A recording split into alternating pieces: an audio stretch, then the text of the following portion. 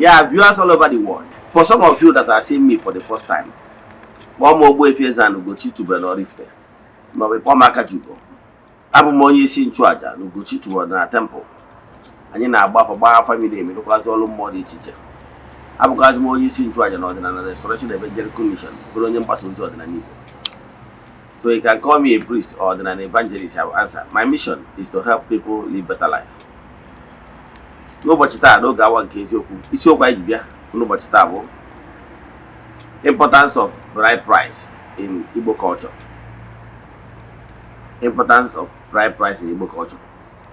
Ihe m na-achọ ịkọwara gị bụ na ọ bụ ya bụ bride price ekwuru bụ ihe nyere gị authority over that woman you married. Esikwa na gị na nwaanyị a I like go on. Now, parents' consent is irrelevant. Please don't do it.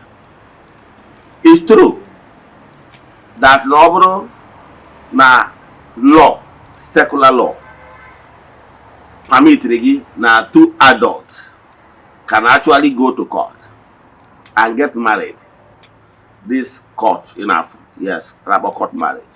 Can actually go to court and get married without the consent of the parents. It's possible based on secular law. But spiritually, when you could have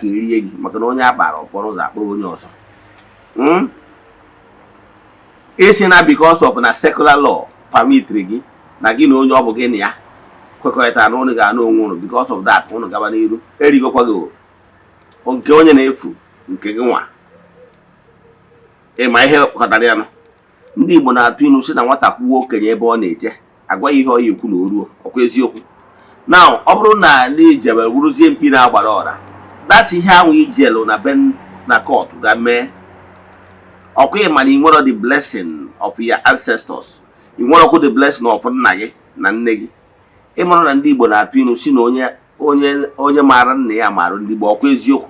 Ị nwere ike isi na ị mara ya ancestors without your parents ndị na-afụ anya maka na ha ka bugoro chukwu gị n'ụwa nke asịrị ka na-eto eto nọrọ under their care ntị ọ dị.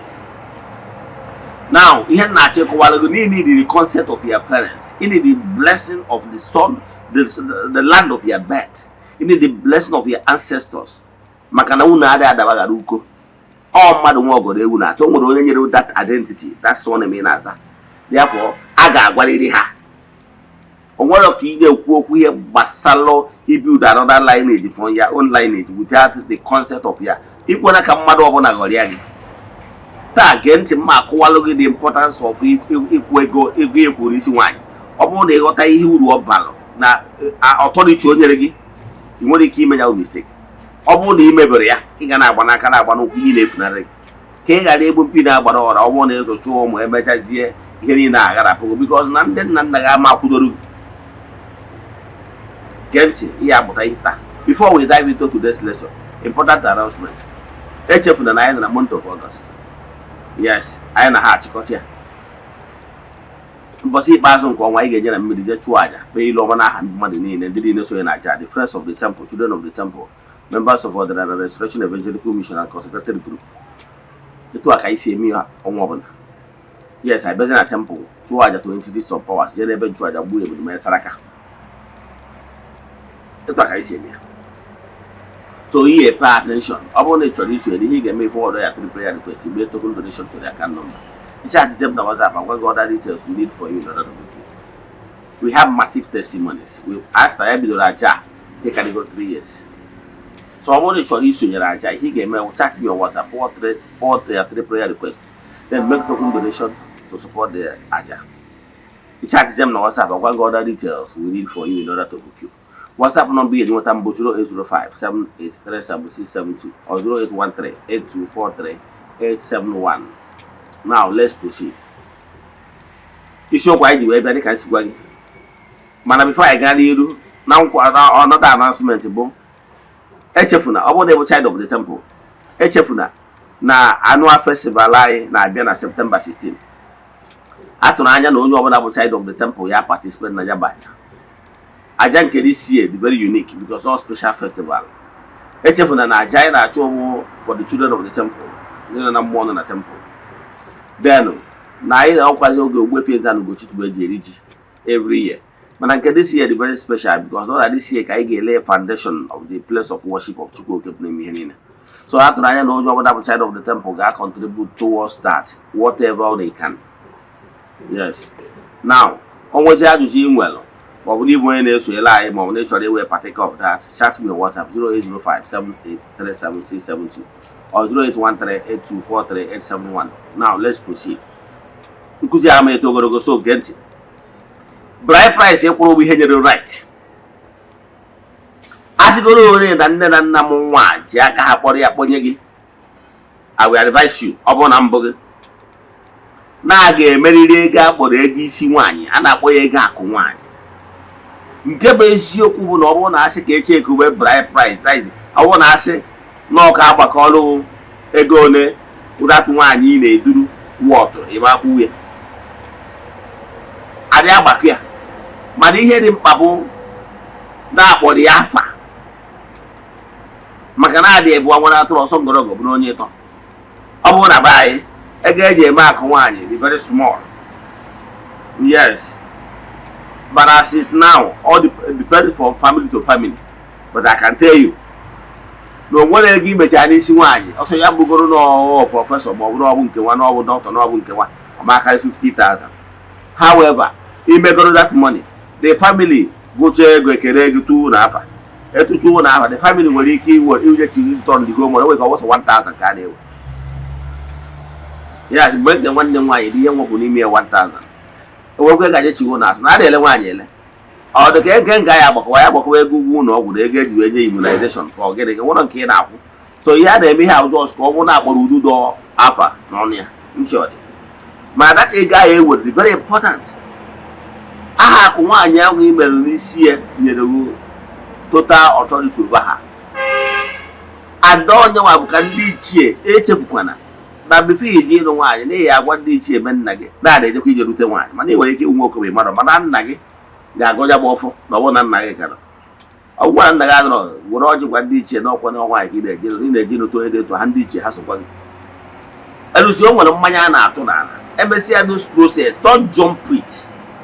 Obodo ụfọdụ ga-asị gị na obodo fada na-emezi n'ego ọga ọ bụgo na na-emere ego, o nwere ụfọdụ ihe a ga-eme n'ego. Ihe a ga-eme n'ego bụ na mmanya ụmụnna nwere ike nwere ike isi oke ka ekee n'ego ntị ọ dị, ma that bride price si kwuo ya kpọọ ya afa na bride price ka akwụ. Ịghọtara ya? Then ndị mmanya ndị agha atụ dị iche, mana ọ bụzie na ndị ụmụnna na-eri ma ọ bụ ego ha na-eke ịghọtago mmanya ha na-eke gasị ume nke a dị iche, mana enwere ndị a ga-emerịrị physical. Very important.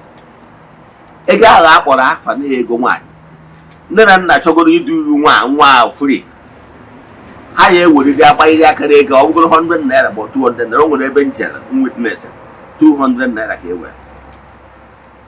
Ịghọtara ya? That 200 naira is very important, very powerful. Ọ bụrụ na ị ga-eduru nwa mmadụ na-abọrị ọ na-amụrụ nwa ọga ọ dị obvious na o nwere ike ọ bụrụ na ịra akwọcha akatịrị ọka akị. You know why? Family ahụ ijere nwee mgbe ha bido zụma nwa azụba for any reason ịgbakwa aka o. Ịghọtara ya? Ịkpọrọ na ọnya kpatara o ji abụ ndị Igbo enwe ebe igora na asị gị ji egbu ewu ana. Ị mara ihe ji eme ego gị na onye a nyere ogo ihe gị na-ekwuru n'ọnụ, mana nke ahụ ha tasara n'ala ụbara ha tasara n'ala bụ ka ndị bi n'ala aha na ndị ichie na ndị mmụọ bibiri n'ala anwa bịa witness na ha nọ bụrụ epateka a na-enyere ihe dị ndụ na nkwekọrịta iji wee siri ya wa ụgba ndụ anwa na nkwekọrịta ahụ na ahụ nkwekọrịtara. Ọnya ka ọ ga-abụ ọ bụrụzie na onye a mechie echi si na ihe ya kwuru na ekwuru ọkwazi then isi asị dọ iyi ọdọ iyi ebe awa na-egbuo ya, ụmụ mgbe egbuo ya because they bear witness na actually na onye na-etu agụrụ ya bana ntị ọ dị. Ịmara a na-akọwara ụfọdụ ihe ọ na-edebe ahụ na-ema ihe, mana ya na-achịgwa ahụ the fact ihe ahụ imere onwe ihe iri wee gba ha ndụ. So ọ bụrụ na ana ka igoro ihe egbu ewu na etu a ka ọ dị na nwaanyị imesi anyị kwụọ bride price ibegoro nke anwa eziokwu na abịazi n'obodo ndị ọzọ ihe agbazi nkwụ ịgbasi nkwụ onwe ndị banya na-akpọ ihe ma ọgọdọ ma traditional wedding. Nke a abụzi na-echọchi ka the whole ụmụnna ikwu na ibie niile bia witness. But that bride price abụgoro mbụ maka na ịkwụ bride price ihe eme the other one ihe agba maka na mmadụ nwa ọgọdọ egwu na-atụ ihe ebidogo n'ezinụlọ be ndị m nwa. So ikwere ihe ọbụla maka na ọ bụrụ na ị mụchara nwa anwa ọ bụrụ na family chọrọ iwe nwa ma ọ bụ n'obodo nwe nwa ọ gaghị adara ụmụazị niile a na-ewu biological father nke a bụ nonsense. ịghọtara ya? Ọ nwere onye iyi abụ n'ọnwa ya nwaanyị ka ị tụbara ime ọ mụchara ụmụ ọsọ ya bụọrọ ụmụ niile mana ha family ha na-eriri nwa ha chụọ gị. ịghọtara na imere etu esi eme traditional wise and whereby na imere etu esi eme ị nwere ike iji ọjị jebe ebe nna gị jee kpọwa ndị ichie ma ọ kọsọwara na be nna gị nekwa na mmadụ mere gị ihe akaje gbawa ha aka wee dara gị nwa ị mụrụ amụ maka na ị gwọrọ ha mgbe ị na-eje imerọkwu dị needful ikpe mara gị mana mmadụ mana mmụọ. Onye bata o ji dị mma na ị ga-eme ihe ị kwesịrị ime kwụọ the bride price. Onye ahụ bride price a ka ọ ya agba na ịkwụsị ya onwe ka family ha ji mechie na-agbawa gị aka maka ihe nke agba bụ nke ọdụ ma misunderstanding whatever ka a nara ụdatụ nwatakịrị anwa i werekwa ọjije gwa ndị a na be nna gị gwa ndị ichie n'ihi mekwara ihe a na-eme ịkọdochara na hapụzi ya gbaa nkịtị abụrụ ya a na-azụ azụ. Ọ bụrụ na o mere n'izu o mee n'ọnwa o nwere mgbe onye ahụ nwatakịrị ahụ nwere ike itochagharị o nwere gosi otochagharị n'ọrịa nwaanyị mgbe eburu ya afọ nnekpọ atụrụ o nwere mgbe ọ ya emegidozi o mee enume ọ na-ada efọkwa ojebe n'afa gwa ya n'ọkwụ mmụọ si be nna ya na-achụ ya n'ebe ọ na-efere ebe mmadụ nụchara nwaanyị kpọkọrọ ụmụ ya ma ihe na-achọba nna ya. Yes, ihe na-achọ ịkọwalụ gị ọ bụrụ ihe a na-anụrụ ọgụ ejere polisi ọ bụrụ na mbụrụ amejere polisi ebe eje polisi gbanye nkịtị ihe ya na-eme ihe a na-efu owe na ọnọ ịgọpụ ọjị na ọnọ ịgọpụ ọjị mmụọ be nna gị na ndị ichie jedunata nwatakịrị ahụ unless na nwatakịrị ahụ abụrụ ọbara gị ntị ọ dị na nwaanyị akụ eru ya n'isi mebi ịtago ihe ụfọdụ ihe na-eme na nwa izizi ọ bụrụ na ọ bụrụ ọgụ wabụ the blood mana ọ bụrụ anụ ọgụ wabụ the blood and ikpere ikwu the bride price hapụzie akụ fechara ọdara awụ ọ bụrụ na ndị saịdị be anyị bụ anyị nwaba ezumere mmụọ be anyị na-eji akpọrọta nwatakịrị ihe gị na mmadụ ya anụghara ọgụ ma ihe kwesịrị ime so ihe na-achịkọwala gị bụ ịnwakwana anwa si na ije duru nwa mmadụ ọ na-amụrụ gị nwa mana ịkwụrụ bride price. Ihe eji si ụkwụọ bride price lụ mata etu ọ maka ebidosi ọ na-atọ ihe eji si ụkwụọ bride price makara mgbe o rechiel ka ọ bụrụ ihe ị ga-eyuzu asị ihe akaebe ka ọ bụrụ ihe mmụọ ga-eji wee kwudoro gị maka na ikpewu mmadụ ka ntiwu itiwucha mmadụ tiwucha gị mana abịa na mkpewu ikpewuo ya iji fact and figures. Gịnị ka m na-ekwu maka so ọ bụrụ na gị na nwa mmadụ dị taa ọ na-amụrụ gị nwa mana ekwuba ọ dị bride price o nwere nke mmadụ na-agwa m nwaanyị nyere ebi mgori ụmụ ịnọ nwanne dị na-agwa m onye ọ mụrụ ụmụ ịnọ akwụrụ bride price. Ọga to avoid hadino to avoid emesi ịgbasi Eze-Ana ya kere ihe a ga-eme ka family a na-eriziere nwa ọga jee kwụọ bride price mee ihe ndị kwesịrị ime.